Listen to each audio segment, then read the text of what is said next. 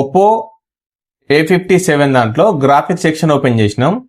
Like ఇక్కడ మనకు ఈ కనెక్టర్ పైన చూడండి, ఈ పిన్ పైన 1.8 వోల్టేజ్ వస్తుంది. ఇక్కడ ఇప్పుడు ఈ వోల్టేజ్ మనకు రాకపోతే ఈ వోల్టేజ్ ఒకసారి మీరు అబ్జర్వ్ చేయండి.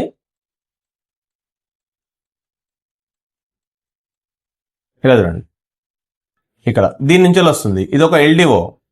యాక్చువల్గా దీనికి ఇన్పుట్ వోల్టేజ్ మళ్ళీ పవర్ ఐసీ ఇస్తుంది. 2.0 వోల్టేజ్ పవర్ ఐసీ ఇస్తుంది.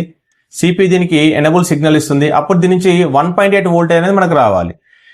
ఇన్పుట్ వోల్టేజ్ బాగానే ఉంది, ఎనేబుల్ సిగ్నల్ బాగానే ఉంది, గ్రౌండ్ బాగానే ఉంది. అయినా కూడా మనకు అవుట్పుట్ వోల్టేజ్ రాకపోతే ఐసీ మీదకి వెళ్లాల్సి వస్తుంది. ఐసీని తీసి మళ్ళీ పెట్టేసినాం, అయినా కూడా రాలేదు అని అంటే ఈ LDO అనేది మన దగ్గర అవైలబుల్ గా లేకపోతే మనమే వోల్టేజ్ ని క్రియేట్ చేయొచ్చు. సో మనమే వోల్టేజ్ ఎలా క్రియేట్ చేయాలి అని అంటే ఆ VPH వోల్టేజ్ ఇన్పుట్ గా తీసుకొని ఒక 2 రెసిస్టర్స్ వాడి అక్కడ రావాల్సిన అవుట్పుట్ వోల్టేజ్ 1.8 వోల్టేజ్ క్రియేట్ చేసి మనమే ఇక్కడ కనెక్టర్ పైనకి ఈ LDO లేకపోయినా కూడా దాన్ని బైపాస్ చేయొచ్చు. ఒకసారి మీకు ఒక మోడల్లో నేను చేసి చూపిస్తా, ఒకసారి చూడండి. చూడండి, మళ్ళీ మనమే వోల్టేజ్ క్రియేట్ చేసి ఇక్కడ ఇంజెక్ట్ చేస్తే ఆ LDO లేకపోయినా కూడా మనకు కావాల్సిన వోల్టేజ్ అక్కడ వస్తుంది. మీరు ఒక మోడల్ ఇక్కడ చూడండి, Redmi 7 మోడల్. ఇక్కడ మీరు అబ్జర్వ్ చేస్తే ఈ కాయిల్ పైన ఇక్కడ VPH వోల్టేజ్ ఉంది. సో ఇక్కడ మనకు 3.0 నుంచి 4.2 వోల్టేజ్ ఉంటుంది.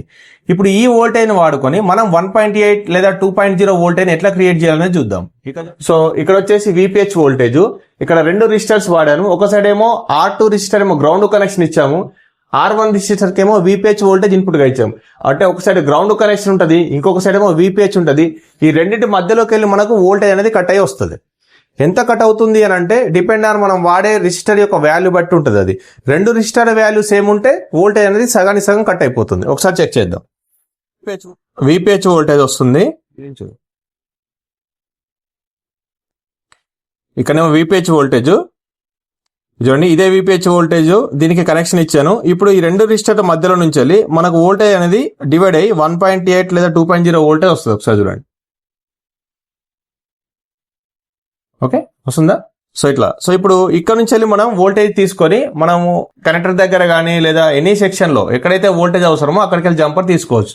అంటే దీని ద్వారా మనం LDO లేకపోయినా కూడా ఆ LDO ప్లేస్ లో మనమే 2 రెసిస్టర్ ద్వారా వోల్టేజ్ క్రియేట్ చేసి చేయొచ్చు.